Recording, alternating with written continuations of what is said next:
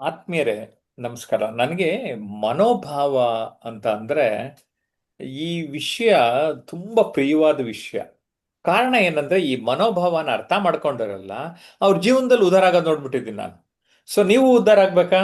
ಮನೋಭಾವನ ಸರಿಯಾಗಿ ಅರ್ಥ ಮಾಡ್ಕೊಳ್ಳೋಣ. ಅದಕ್ಕೆ ನಾನು ನಮ್ಮ ಆನ್ಲೈನ್ ಸ್ಟೂಡೆಂಟ್ಸ್ ಇದ್ದಾರೆ, ಅವರೆಲ್ಲ ಹೇಗೆ ಈ ವಿಚಾರದ ಬಗ್ಗೆ ಅವರು ಪರಿಭಾವಿಸ್ತಾರೆ ಅಂತ ಡಾಕ್ಯುಮೆಂಟ್ ಮಾಡಿರೋ ವಿಡಿಯೋ. ನಿಮ್ಗೇನು ಅನ್ನಿಸ್ತು ಅಂತ ನೀವು ಡಾಕ್ಯುಮೆಂಟ್ ಮಾಡೋರಂತೆ.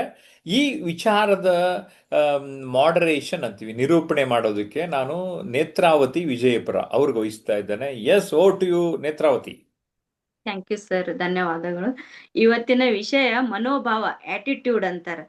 ಈ ವಿಷಯದ ಕುರಿತು ನಮ್ಮ ಸ್ನೇಹಿತರೆಲ್ಲರೂ ಏನ್ ಮಾತಾಡ್ತಾರ ಕೇಳೋಣ. ನಮಸ್ತೆ ಶೈಲಜಾ ಮೇಡಮ್. ಮೊದಲನೇದಾಗಿ ಆಟಿಟ್ಯೂಡ್ ಮತ್ತು ಇದ್ರ ಬಗ್ಗೆ ಏನ್ ಹೇಳ್ತೀರಾ? ನಿಮ್ಮ ಅಭಿಪ್ರಾಯ ಏನ್? ಒಬ್ಬ ವ್ಯಕ್ತಿಯು ಯೋಚಿಸುವ ವಿಧಾನ, ಒಂದು ಪರಿಸ್ಥಿತಿಯನ್ನ ನೋಡುವ ಒಂದು ದೃಷ್ಟಿಕೋನವನ್ನ ಮನೋಭಾವ ಅಂತ ಹೇಳಿ ಕರಿತೀವಿ. ಇದೆ ನನ್ನ ಅಭಿಪ್ರಾಯ. ಇದೇ ವಿಷಯದ ಕುರಿತು ಈಗ ಹೊಂಗಮ್ ಮೇಡಮ್ ಏನ್ ಹೇಳ್ತೀರಾ? ನಮಸ್ತೆ ಮೇಡಮ್.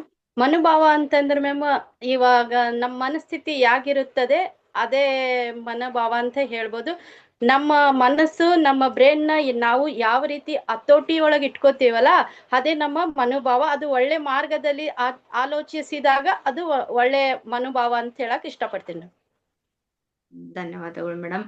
ಅದೇ ತರ ಮಂಜುಳಾ ಮೇಡಮ್ ಅವ್ರು ಏನ್ ಹೇಳ್ತೀರಾ ಈ ಮನೋಭಾವದ ಬಗ್ಗೆ? ನಮಸ್ತೆ ಮೇಡಮ್. ಮನೋಭಾವ ವ್ಯಕ್ತಿಗೆ ಒಬ್ರಿಗಿಂತ ಒಬ್ರಿಗೆ ಬೇರೆ ಬೇರೆಯಾಗೇ ಇರುತ್ತೆ. ಕೆಲವರು ಒಳ್ಳೆತನದಲ್ಲಿ ಇದ್ದಾಗ ಅವರು ತುಂಬಾ ಸಾಫ್ಟ್ ಆಗಿ ಇನ್ನೊಬ್ರ ಜೊತೆ ಬಿಹೇವ್ ಮಾಡ್ತಾರೆ, ಅದಕ್ಕೆ ಅವ್ರಿಗೆ ಒಳ್ಳೆ ಮನೋಭಾವ ಅಂತ ನಾವು ಹೇಳ್ತೀವಿ. ಕೆಲವರು ಸ್ವಲ್ಪ ಅಹಂಕಾರ ಈ ತರದೆಲ್ಲ ತೋರಿಸ್ತಾರೆ, ಅವರ ಅಹಂಕಾರಕ್ಕೆ ಈಗ ಒಂಥರ ಅದು ಅಟಿಟ್ಯೂಡ್ ಅನ್ನೋ ನಾವು ಈಗ ಜನರಲ್ ಆಗಿ ಬಳಸ್ತಾರೆ, ಅವಳು ತುಂಬಾ ಅಟಿಟ್ಯೂಡ್ ತೋರಿಸ್ತಾಳೆ ಅಂತ. ಆ ರೀತಿನೂ ಈಗ ಪದ ಬಳಕೆ ಆಗ್ತಾ ಇದೆ. ಆದ್ರೆ ಮನೋಭಾವ ಅಂದ್ರೆ ಒಂದು ವ್ಯಕ್ತಿಯ ನಡವಳಿಕೆಯನ್ನ ಗುರುತಿಸುವಂತ ಒಂದು ಪದ ಮೇಡಮ್. ಧನ್ಯವಾದಗಳು ಮೇಡಮ್. ನಂಬಿಕೆ, ಧೈರ್ಯ, ಗರ್ವ, ವಿನಯ, ಈ ಸಮತೋಲನ, ಈ ತರ ಆ ವ್ಯಕ್ತಿಯ ಗುಣಗಳಲ್ಲಿ ಸೂಚಿಸುವಂತದ ಅಂತ ಹೇಳ್ತೀರಿ. ಮತ್ತೆ ಅದೇ ತರ ಸಂತೋಷ್ ಶೆಟ್ಟಿ ಸರ್ ಏನ್ ಹೇಳ್ತೀರಾ ಮನೋಭಾವದ ಕುರಿತು? ಮನೋಭಾವ ಅಂದ್ರೆ ಪ್ರತಿಯೊಬ್ಬ ವ್ಯಕ್ತಿಯು ಅವರ ಜೀವನದಲ್ಲಿ ಒಂದು ಅವರದೇ ಆದಂತ ಒಂದು ಅನನ್ಯತೆಯನ್ನ ಹೊಂದಿರ್ತಾರೆ. ಅಂದ್ರೆ ಎಲ್ರು ಒಂದೇ ರೀತಿ ಇರುವುದಿಲ್ಲ.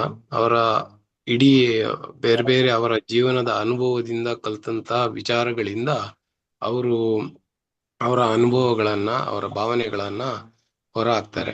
ಅದು ಎಲ್ರು ಒಂದೇ ರೀತಿಯಲ್ಲಿ ಇರುವುದಿಲ್ಲ. ಅವರ ಪರಿಸರದಲ್ಲಾಗಿರ್ಬೋದು, ಸಮಾಜದಲ್ಲಾಗಿರ್ಬೋದು, ಅವರು ವೈಯಕ್ತಿಕ ವಿಚಾರಗಳಿಂದ ಅವ್ರಿಗೆ ಅದ್ರಿಂದ ಕಲ್ತಂತ ವಿಚಾರಗಳನ್ನ ಅವರು ಭಾವನೆಗಳನ್ನ ಹೊರ ಹಾಕ್ತಾರೆ. ಅದು ಒಂದು ಅವರ ಮನೋಭಾವ ಆಗಿರ್ತದೆ ಅಂತ ಹೇಳಲಿಕ್ಕೆ ಇಚ್ಛೆ ಪಡ್ತೇನೆ. ಧನ್ಯವಾದಗಳು ಸರ್, ತುಂಬಾ ಚೆನ್ನಾಗಿ ಹೇಳಿದ್ರಿ. ಯಾಕಂದ್ರೆ ಭಾವನೆಗಳನ್ನು ಹೊರ ಹಾಕುವ, ಮನಸ್ಸಿನ ಸ್ಥಿತಿಯನ್ನು ಹೊರ ಹಾಕುವುದು ಒಂದು ಮನೋಭಾವ, ಮನುಷ್ಯನ ವ್ಯಕ್ತಿಗತವಾದದ್ದು ಅಂತ ಹೇಳ್ತಾ, ಇವತ್ತಿನ ಟ್ರಾನ್ಸ್ಫಾರ್ಮೇಶನ್ ಅನ್ಲಿಮಿಟೆಡ್ ಯೂಟ್ಯೂಬ್ ಚಾನಲ್ಗೆ ನೀವು ಲೈಕ್ ಮಾಡಿ, ಸಬ್ಸ್ಕ್ರೈಬ್ ಆಗಿ, ಹೆಚ್ಚು ಕಮೆಂಟ್ ಮಾಡಿ ಅಂತ ಹೇಳಿ ನಾನು ಮಾತು ಮುಗಿಸ್ತೀನಿ ಸರ್. ಧನ್ಯವಾದ.